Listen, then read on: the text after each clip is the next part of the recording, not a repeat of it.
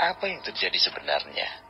Kita kembali ke belakang beberapa jam yang lalu ketika Ronald sedang bertanya kepada penduduk guna mencari keterangan dan beberapa informasi dalam pencariannya terhadap tuan muda yang telah lama hilang itu.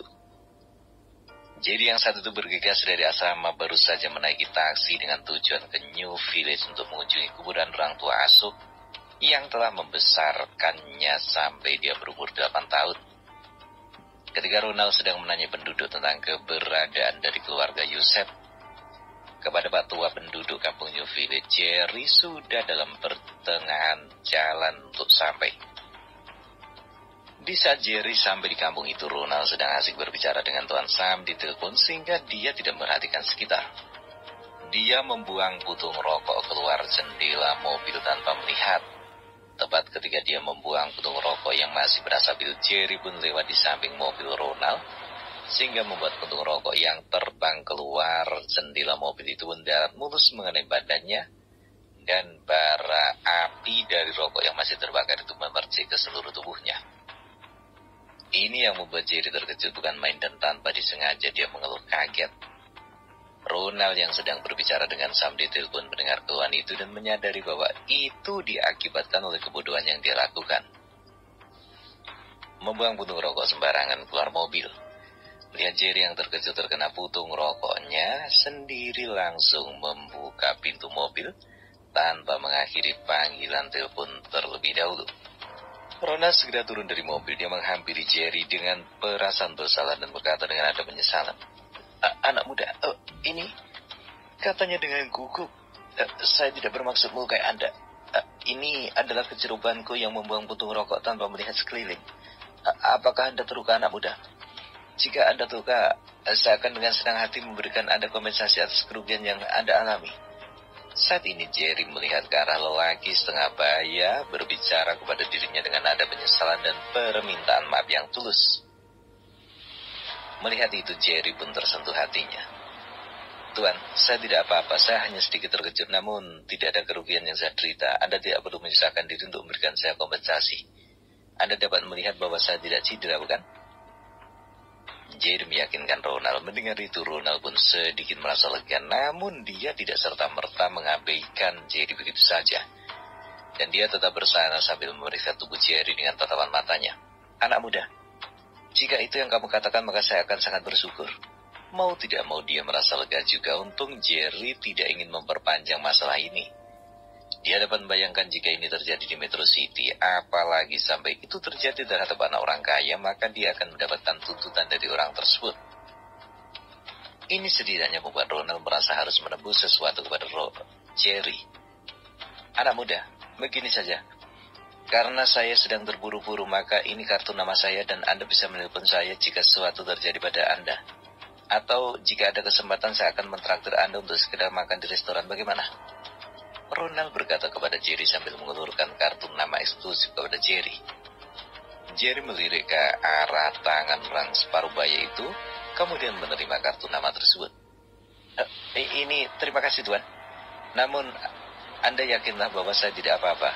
Anda tidak perlu sungkan pada saya." Dalam hati Jerry, "Tuan ini terlalu sungkan. Andai aku meminta ganti rugi, pasti dia akan membayar sejumlah uang padaku. Tapi untuk apa? Aku bahkan ingin cepat-cepat berlalu dari sini agar bisa secepatnya mengunjungi makam keluarga ayah Yusufu, dan setelah itu kembali ke Hill Street untuk mengunjungi ayah angkat."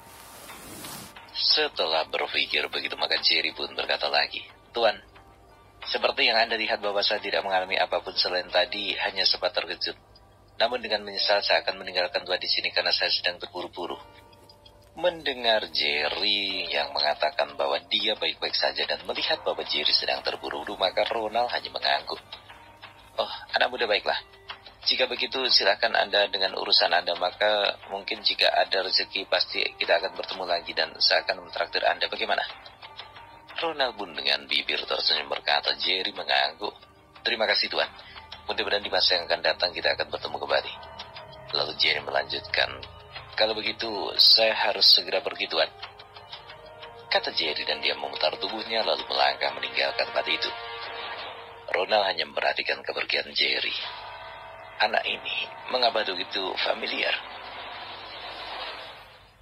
Ronald berusaha mengingat-ingat di mana dia pernah bertemu dengan anak itu. Aku jelas merasa bahwa aku pernah mengenalnya, sepertinya beberapa tahun yang lalu. Tidak mungkin, kata Ronald berkata dalam hatinya. Sial bagiku karena lupa untuk minta informasi kontaknya. Kemudian lamunannya buyar seketika saat sesuatu yang tergenggam di tangannya memperdengarkan suara. Halo, Pak Ronald? Apa yang terjadi? Halo? Ronald tersentak dari lamunannya dan segera menyadari bahwa panggilan telepon yang dia buat tadi ternyata masih tersambung. Dengan cepat dia segera mendekatkan telepon genggamnya ke telinganya. Maafkan saya, Tuan Sam. Tidak apa-apa. Jika Tuan Sam tidak sibuk, maka mari kita bertemu di restoran bahagia Star Hill. Ronald pun mengajak Sam untuk bertemu. Oh ya, berhubung saya tidak terlalu sibuk hari ini, maka ayo kita bertemu saja di tempat yang Anda sebutkan tadi. Setelah menyepakati, maka Ronald menutup panggilan itu dan bergegas memasuki mobil. Ayo kita pergi ke restoran bahagia. Baik, Tuan Ronald, kata bawahannya dan segera mengemudi keluar dari New Village menuju ke Star Hill, tepatnya di restoran bahagia. Saat ini Jerry telah sampai di area pekuburan umum. Dia masih berdiri di depan pintu pagar kawasan pekuburan itu. Setelah memberikan salam, dia pun segera memasuki kawasan pemakaman itu. Dia melangkah dengan cepat dan akhirnya dia sampai di tengah-tengah di antara dua gunungan tanah. Dia ingat 14 tahun yang lalu ketika dia masih berumur 8 tahun, orang tua yang telah mengasuhnya meninggal dunia secara misterius. Dia ingin di waktu sebelum orang tua asuhnya meninggal, dia sempat memberikan seutas kalung liontin berbentuk bintang 6 segi yang terbuat dari giok. Sebelum orang tua asuhnya memasukkan Jerry ke dalam lubang yang mereka gali di sudut ruangan gudang tempat mereka menyimpan alat-alat pertanian, Lina, istri Yosef, berkata kepadanya bahwa kalung liontin itu adalah pemberian orang tua kandungnya, dan dia harus menjaganya dengan baik. Andai ada orang yang ingin membeli dengan harga setinggi langit, dia tidak boleh menjualnya, dan andai ada seseorang yang ingin mencelakainya untuk merebut kalung itu, maka lindungi dengan nyapamu. Karena setelah malam ini, mungkin mereka tidak dapat bertemu lagi dan menjaganya. Sedangkan orang misterius yang selalu membantu mereka masalah itu tidak lagi kehadirannya beberapa hari ini. Jerry, kau harus bersembunyi dalam lubang ini sampai besok pagi. Apapun yang terjadi dan apapun yang akan kau dengar nanti, abaikan. Kau tidak boleh keluar dari tempat ini. Mereka mengenali wajah kami dengan baik, tapi tidak mengenali wajahmu. Sejauh apapun kamu bersembunyi, kejadian seperti ini tidak akan terjadi cepat atau lambat.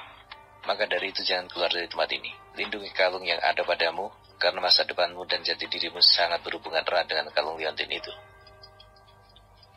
Jerry terduduk di tanah mengusap batu nisan di kedua sisi kiri dan kanannya. Di sebelah kanan ada kuburan Pak Yosef, sedangkan di sebelah kiri ada kuburan Bibi Lina.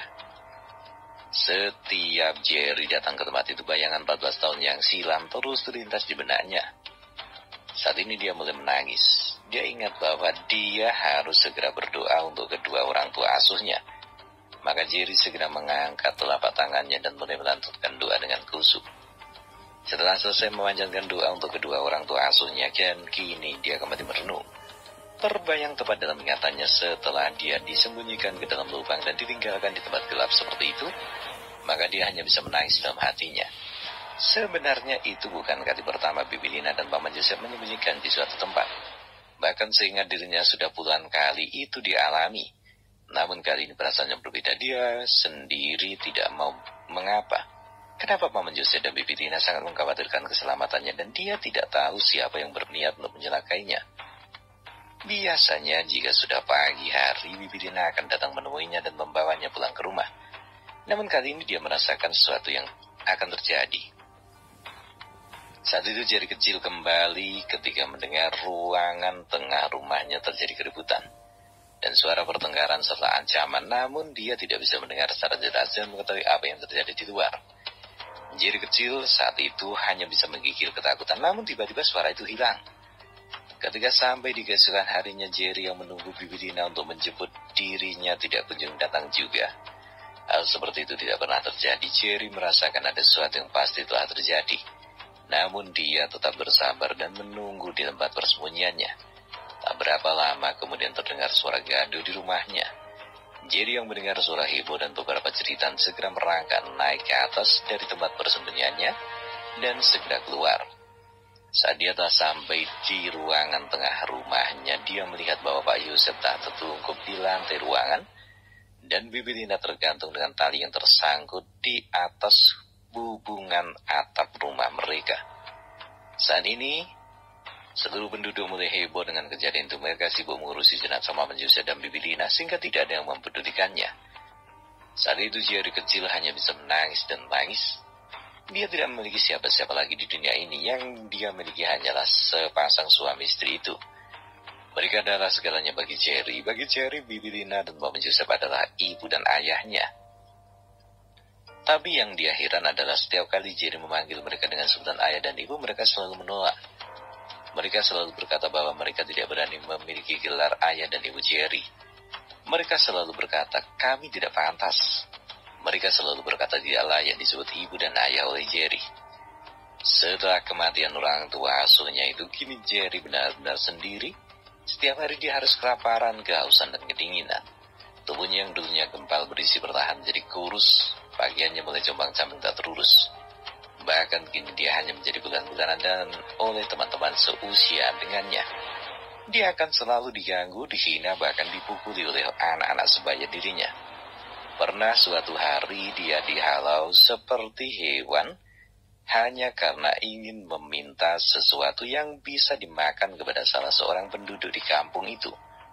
Namun bukannya diberi, dia bahkan diusir dan dimarahi oleh yang punya rumah. Jerry kembali pergi ke rumah lainnya, namun tetap tidak mendapatkan penghinaan seperti itu. Saat dia sudah mulai kepayahan dan berharap untuk mati saja agar tidak menderita, tiba-tiba seorang lelaki dengan wajah kasar dan bekas luka di sana-sini dari wajahnya mengulurkan satu bungkus berisi makanan kepada Jerry. Jerry hanya menerima tanpa mau berpikir. Dia tidak peduli siapa orang itu dan dari mana asalnya dan apa latar belakang, sama sekali dia tidak peduli. Yang dia tahu waktu itu adalah bahwa dia harus segera makan untuk mengisi perutnya yang lapar. Dia juga tidak peduli andai makanan itu beracun. Andai beracun, maka dia akan mati dan dia tidak akan menderita lagi di dunia ini.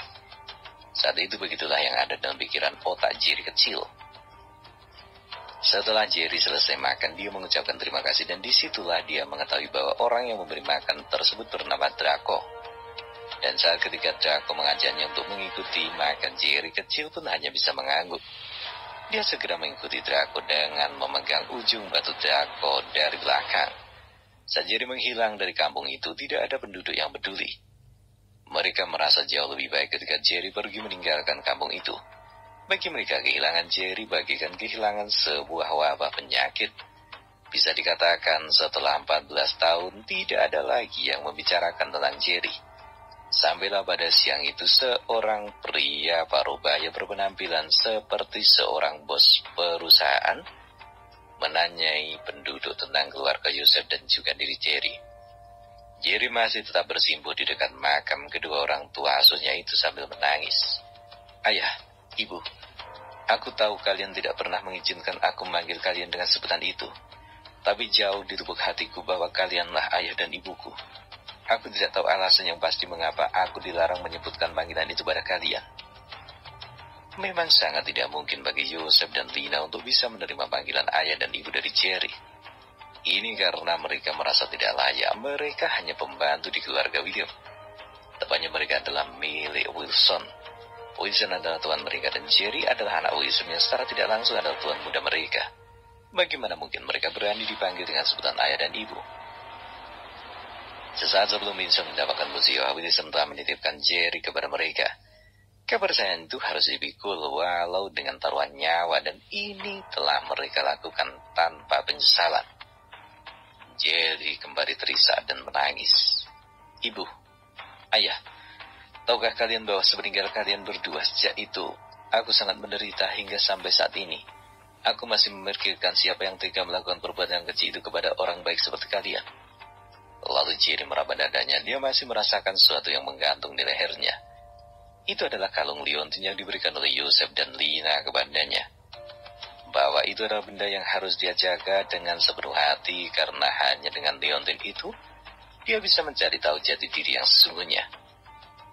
Siapa aku sebenarnya dan dari mana asal-usulku? Tanya Jerry dalam hati.